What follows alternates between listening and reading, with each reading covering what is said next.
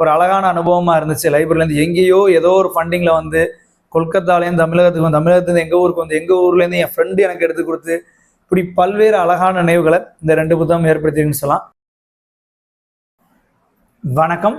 மாறா புன்னகையோடும் தீரா உற்சாகத்தோடும் ஆல்டிஸ் அரட்டையரங்கத்து உங்களை வரவேற்கிறேன். இன்னைக்கு வீடியோவில் நான் அறிமுகப்படுத்த போகிற, டிஸ்கஸ் பண்ண போகிற புத்தகங்கள் பேக் டு பேக் ராஜேஷ்குமார் நாவல்கள். ஸோ ரொம்ப அதிரடியான, விறுவிறுப்பான, திருப்பங்கள் நிறைந்த சுவாரஸ்யமான 2 நாவல்கள். இந்த நாவல்களோட கதையை பற்றி பேசுறதுக்கு முன்னாடி இந்த புத்தகங்கள், இந்த 2 புத்தகங்களை பற்றி நிறையா பேச வேண்டியிருக்கு. ஏன்னா முதல்ல இதை கையில் எடுத்த உடனே நான் ஃபஸ்ட்டு நினச்ச வந்துட்டு இந்த பைண்டிங்ஸ். ஸோ 2மே ராஜேஷ்குமாரோட நாவல் தான். 2மே பைண்டிங் பண்ண பார்த்தோம், லைப்ரரியிலேருந்து தான் எடுத்தேன். எனக்கு தோணுச்சு, ஏன்னா இப்போ பைண்டிங்லாம் பார்த்து ரொம்ப காலம் ஆயிடுச்சு. நான் ஸ்கூல் படிக்கும்போது பார்த்தோன்னா அப்போ அட்டை போடுவாங்க, 3 டைப்பில் அட்டை போடுவாங்க பசங்க. ஒன்று அந்த ப்ரௌன் கலர் அட்டை, வலுவழுப்பாக இருக்கக்கூடிய அட்டை. இன்னொன்று வந்து கொஞ்சம் வலுவழுப்பு இருக்காது, சொரப்பாக இருக்கும். அந்த ப்ரௌன் கொஞ்சம் வித்தியாசமாக இருக்கும். ஸோ அதில் அட்டை போட்டிருப்பாங்க புக்கில். நானுமே என்னையை சேர்த்தேன் சொல்கிறேன். சில பேர் அந்த சொரப்பான அட்டை போட்டு கண்ணாடி தாள் மாதிரி இருக்கும், அதை போட்டு பின்னடிச்சிருப்பாங்க. இது ஒரு டைப்பு, இதெல்லாம் அட்டை போடுற கும்பல். இன்னொரு குரூப் வந்துட்டு பைண்டிங், புக்கை பைண்டிங் கொடுத்துருவாங்க. ஸோ அப்படி இப்போ புக்கு பைண்டிங் கொடுத்து வாங்கும்போது அந்த ஓரம் கொஞ்சம் லைட்டாக அப்படி கட் பண்ணியிருக்கோம். நீங்கள் அந்த சின்ன பிள்ளை ஞாபகம் இருந்துச்சுன்னா தெரியும். ஸோ பைண்டிங், அந்த எப்படியுமே பைண்டிங் பண்ணால் கொஞ்சம் கெத்து. பைண்டிங் பண்ணியிருக்காயா புக்கை, 5 புக்கு 6 புக்கை பைண்டிங் பண்ணியிருக்காயா அப்படின்னு ஒரு கெத்து இருக்கும். அட்டை போடுறது ஒரு குரூப், அட்டை போடுறது எப்படி நீட்டாக போட்டிருக்காங்க அது ஒரு மாதிரி. ஸோ இந்த நினைவுகள்லாம் அந்த புத்தகங்கள் வந்து டக்குன்னு இந்த பைண்டிங் பார்த்தோன்னு எனக்கு நினைவுக்கு வந்துச்சு. ஏன்னா பைண்டிங் வந்து கொஞ்சம் விலை காஸ்ட்லி. இந்த புத்தகங்கள் பார்த்தோன்னா ஒரு புத்தகம் வந்து 46 ரூபா, ஒரு புத்தகம் வந்து 50 ரூபா, கிட்டத்தட்ட 2000 பதிப்பு வந்திருக்குது அன்னைக்கு. அப்போ அன்னைக்கு பைண்டிங் ரேட் எப்படி இருக்கும்? ஏன்னா இன்னைக்கு இந்த புத்தகங்கள் பார்த்தோன்னா இன்னைக்கு ரேட்டில் ரிலீஸ் பண்ணாலுமே ஒரு 100 ரூபாயிலேருந்து 150 ரூபாய்க்குள்ள தான் புத்தகத்தோட மதிப்பு. இன்னைக்கு காலகட்டம் நம்ம புக் ரெகுலராக வாங்குறதுனால இது என்ன ப்ரைஸிங் வரும்னு பார்த்தோன்னா ஒரு 150 ரூபா மேக்ஸிமம் வச்சுக்கலாம்.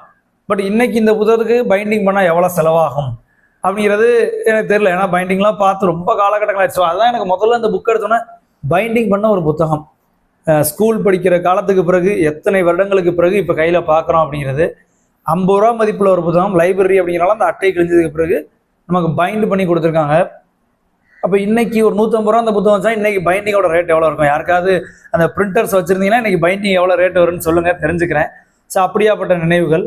அது மாதிரி இது லைப்ரரி புத்தகம் அப்படிங்கிறனால ஒரு வாசகர் பின்பக்கம் எழுதியிருக்காரு. அவருடைய கருத்து பார்த்தீங்கன்னா ரொம்ப அழகாச்சு. என் இனிய கதாசிரியர் அவர்களுக்கு இந்நூலின் ஒவ்வொரு வரிகளும் வரிக்குதிரைகள் ஓடுவது போல் விறுவிறுப்பாக உள்ளன. யாருன்னு ஏதோ பேர் எழுதியிருக்காரு, சரியாக புரிஞ்சுக்க முடியல. ஞானின்னு எழுதியிருக்காரா அல்லது என்ன பேருங்கிறத என்னால் சரியாக புரிஞ்சுக்க முடியல. ஆனால் அழகாக எழுதியிருக்காரு.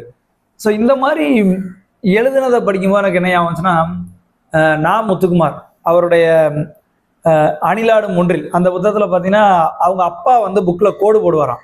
அதை குறித்து சில வரிகள் எழுதியிருப்பார் நான் முத்துக்குமார். ரொம்பவே அழகான வரிகள் அது. ஸோ அந்த அணிலாடும் ஒன்றில் புத்தகம் பார்த்தீங்கன்னா நம்ம சேனலில் தனி வீடியோ இருக்குது, நீங்கள் அதில் பார்த்தீங்கன்னா தெரியும். ஸோ அது மாதிரி ஒரு நினைவு அந்த புத்தகத்தை நினைவுபடுத்துச்சு. கதாசிரியருக்கு ஒரு யாரோ ஒரு வாசகர் எங்கேயோ ரொம்ப அழகாக எழுதியிருக்காரு. அது மாதிரி இந்த புத்தகம் இன்னொரு கூடுதல் தகவல் சொன்னால், இது வந்து எங்கேருந்து கிஃப்டாக வந்திருக்கு, நம்ம தமிழக நூலகத்துறைக்கு எங்கேருந்து கிஃப்டாக வந்திருக்குன்னு பார்த்தீங்கன்னா கல்கத்தாலேருந்து. Gifted by Raja Rammohan Roy library foundation, established by department of Calcutta, government of India.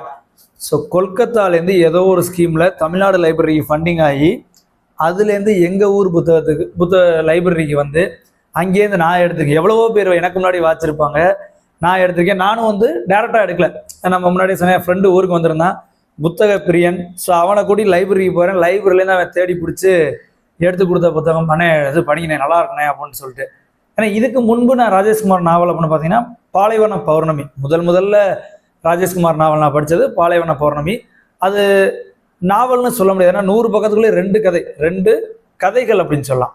So விறுவிறுப்பாக இருக்கும், நிறையா வர்ணனை இருக்காது, ஒரு 10 பக்கத்துக்கு ஒரு ட்விஸ்ட்டு அப்படி தான் அந்த புக்கு இருந்துச்சு. அதை பற்றி வீடியோவில் பார்த்தீங்கன்னா தெரியும். இருந்தாலும் எனக்கு அப்போவே ஒரு எண்ணம், இது வந்து குட்டி புக்கு, இதை வச்சு நம்ம அவருடைய எழுத்து பாணியை புரிஞ்சுக்க முடியாது, ஒரு பெரிய முழு நீள புத்தகம் ஒன்று வாட்சி பார்க்கணும் அப்படிங்கிறது. ஸோ இந்த 2 புத்தகம் பார்த்தோன்னா ஒரு 220 பக்கங்கள் உள்ளது. இன்னைக்கு இப்போ வர புக் ஃபார்மெட்டில் கொஞ்சம் பெருசாக அடிச்சோன்னா கூட 150 பக்கம் இருக்கும். அது குறைவாக கண்டிப்பாக அந்த புத்தகங்கள் வராது. ஸோ ஒரு 2 பெரிய நாவல்கள் தான். ஒன்று உயிர் திருடர்கள், இன்னொன்று வந்து மாண்டவன் கட்டளை. விறுவிறுப்பாக. ஏற்கனவே பாலைவன பௌர்ணமி படித்தப்போ எப்படி இருந்துச்சோ, வர்ணனைக்கெல்லாம் நேரம்லாம் ஒதுக்கலை. எடுத்தவொன்னே கதை எடுத்தவொன்னே ஸ்டார்டிங் பிச்சுக்கிட்டு குதிரை வேகம் புலி வேகத்தில் போகுதுன்னு சொல்லலாம். உயிர் திருடர்கள் அதான் நான் முதல்ல படித்த புத்தகம். ஸோ அந்த புத்தகத்தை பற்றி சொன்னால், உயிர் திருடர்களை பொறுத்தவரையும் லதிகா அப்படின்னு ஒரு ஜேர்னலிஸ்ட். ஸோ அந்த பொண்ணு ஒரு துணிச்சலான பொண்ணு. ஒரு மினிஸ்ட்ரிக்குள்ள மந்திரி சபையில் அரசியல்வாதிகள் பண்ணக்கூடிய பல்வேறு ஊழல்களை வெளிக்கொண்டு வருது. அதனால சில மந்திரிகளுக்கு வேலையே போது, ரிசைன் பண்ண வேண்டிய நிலைமை. இன்னொரு மந்திரியை போய் தைரியமாக சந்திச்சு, உங்களோட இந்த ஊழலாம் எனக்கு தெரியும், நீங்களாம் ரிசைன் பண்ணிங்கன்னா நல்லது அப்படிங்கிற மாதிரி சொல்லுது. உடனே அவர் விறுவிறுத்து போய் சிஎம் பார்க்குறாரு. சிஎம் பண்ணிடுங்க, அந்த பொண்ணால் பெரிய பிரச்சனையாக இருக்குது, எதிர்கட்சிக்காரன் கிளின்னு கிளிக்கிறான், பண்ணுறதான் நல்லதுன்னு. ஸோ இப்படி அவளுக்கு வந்து அப்போ ஏகப்பட்ட எதிரிகள், அரசியல் ரீதியாக ஏகப்பட்ட எதிரிகள். அவர்களுடைய உயிருக்கு ஆபத்து ஏற்படுது. அதான் உயிர் திருடர்கள், உயிருக்கு ஆபத்து ஏற்படுது. அடுத்தடுத்து என்ன நிகழுது அப்படிங்கிற மாதிரி கதை போகுது. இதில் குறிப்பாக ஒரு சீனு, அவளை கொல்ல பல்வேறு பேர் முயற்சி பண்ணிக்கிருக்காங்க, அவங்களுக்கும் சில காரியங்கள் நடக்குது. அந்த சீனை படிக்கும்போது பயங்கர சஸ்பென்ஸ், என்னடா இப்படி அப்படின்னு. ஏன்னா எதுவுமே கெஸ் பண்ண முடியல. கதையோடத்தில் ஜாலியாக போயிட்டுருக்கோம், அவளை கொல்றதுக்கு முயற்சிகள் நடந்துக்கிட்டு இருக்கு. இந்த பக்கம் பார்த்தா இந்த கொலையாளிகளுக்கும் சில திருப்பங்கள் இருக்குது.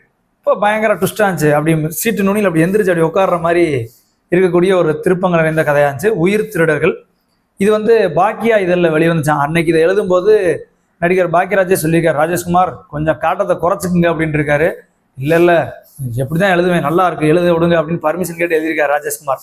நல்ல ஒரு விறுவிறுப்பான நாவல். அடுத்து மாண்டவன் கட்டளை. மாண்டவன் கட்டளை பொறுத்தவரையும் எப்படி சொல்றோம்னா, நமக்கு தெரியும் கதையில் வந்து ஒரு நிறைய கொலைகள் நடக்கும்போது போலீஸை தடுக்க முயற்சி பண்ணியிருக்காங்க. நமக்கு வந்து கொலையாளி கடைசியில் பிடிபடணும், எப்படி பிடிக்க போகிறாங்க அப்படிதான் நம்ம கதையை எதிர்பார்த்துருப்போம். பட் இந்த நாவலை பொறுத்தவரையும் நம்ம கொலையாளி பக்கமே நிற்போம், கொலையாளி மாட்டிக்க கூடாதான்னு சில நேரம் யோசிப்போம். ஏன்னா சாகிறவன்லாம் கெட்டவன். ஸோ அப்போ சாகிறவன்லாம் கெட்டவன், சாவட்டான் சாகணும், போலீஸ் அவனை பிடிச்சிடக்கூடாது அப்படிங்கிற மாதிரி கொலையாளி நமக்கு ஹீரோவாக தெரியுவான். பட் அதற்காக அவன் செய்கிற கொலைகளை நியாயப்படுத்த முடியாது. ஆனால் அவன் நம்ம ஹீரோவாக தெரியுவான். செத்து போகிறவங்க சாகட்டும், கொலையாளி எல்லாரையும் கொல்லணும், போலீஸ் பிடிக்கக்கூடாது அப்படிங்கிற மாதிரிலாம் நமக்கு தோணும். அதுலேயும் குறிப்பாக அந்த கொலைகாரன் யாருன்னு வெளிப்படுற தருணம் இருக்கு இல்லையா, பயங்கர எதிர்பார்க்கவே இல்லை. ஸோ நல்ல ஒரு ட்விஸ்ட்டுன்னு சொல்லலாம். ஏன்னா ஓப்பனிங்லேயே கொலை பண்ணுறவர் பேர்லாம் வர்ற மாதிரி இருக்கும், நம்மளும் கொலை பண்ணுறாங்க அப்படின்னு நினைப்போம். பார்த்தா அந்த கடைசியாக அந்த கொலையாளியோட அடையாளம் வெளிப்படுறப்ப என்னையா எதிர்பார்க்கவே இல்லை அப்படிங்கிற மாதிரி இருந்துச்சு.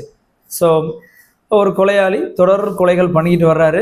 அவர் யார் என்னங்கிறது இருப்போம், ஏன் கொலையை பண்ணுறாரு அப்படிங்கிறதான் மாண்டவன் கட்டளை. ஸோ உயிர் திருடர்களாகட்டும், மாண்டவன் கட்டளையாக இருக்கட்டும், எடுத்த எடுப்பில் ஒரு நாள் 1.5 நாள், அதுவே அதிகம். நீங்கள் கண்டினியூஸ் சிட்டிங்கில் உட்காந்திங்கன்னா ஒரு 3 மணி நேரம், 2லேருந்து 3 மணி நேரத்தில் அடித்து நவுத்திட்டு போகலாம். செம்ம இன்ட்ரெஸ்டிங்கான நாவல்கள். ஸோ ராஜேஷ்குமார் எளிமையான வாசிப்புக்கு எப்போதும் நம்ம சொல்கிறது சுஜாதா, பட்டுக்கோட்டை பிரபாகர், சுபா, இந்திரா சௌந்தரராஜன், ராஜேஷ்குமார். இப்போ இவர்களுடைய வரிசைக்குள்ளேயும் முன்னிலைப்படுத்துறது நான் ராஜேஷ்குமார். ஏன்னா மற்றவங்க எல்லாத்தையுமே சின்னதாக ஒரு வர்ணனையாவது இருக்கும், கொஞ்சம் சில பேர் தடுமாறலாம். இங்கே வர்ணனைக்கே வேலை இல்லை, எடுத்தவொன்னே கதை குதிரை வேகத்தில். நம்ம யாரோ ஒரு வாசகர் எழுதியிருக்காரு, வரி குதிரை போல் ஒவ்வொரு வரியும் ஓடுதுன்னு, குதிரையும் தாண்டி புளியே போல் ஓடுதுன்னு நான் சொல்லுவேன். அவசியம் வாசித்து பாருங்கள். இந்த நாவல்களை வாசித்தீங்கன்னா உங்களுடைய அனுபவங்களையும் பகிர்ந்துங்க. ஸோ எனக்கு இந்த புத்தகங்கள் புத்தக கதைகளை காட்டும் புத்தகங்கள், ஒரு பைண்டிங் புக்கு, மலர் நினைவுகள், ஸ்கூல் நினைவுகள், ஒரு அழகான அனுபவமாக இருந்துச்சு. லைப்ரரியிலேருந்து எங்கேயோ ஏதோ ஒரு ஃபண்டிங்கில் வந்து கொல்கத்தாலேருந்து தமிழகத்துலேருந்து எங்கள் ஊருக்கு வந்து, எங்கள் ஊர்லேருந்து என் ஃப்ரெண்டு எனக்கு எடுத்து கொடுத்து, இப்படி பல்வேறு அழகான நினைவுகளை இந்த 2 புத்தகம் ஏற்படுத்தின்னு சொல்லலாம். ஸோ உங்களுடைய புத்தகங்களை அனுபவங்களையும் ஷேர் பண்ணிங்க. மறுபடியும் இன்னும் இன்னும் நிறைய புத்தகங்களை பற்றியும் புத்தக திருவிழாக்கள் குறித்து அப்டேட்டாக வந்து சந்திக்கிறேன். தொடர்ந்து வாசிப்போம். நன்றி.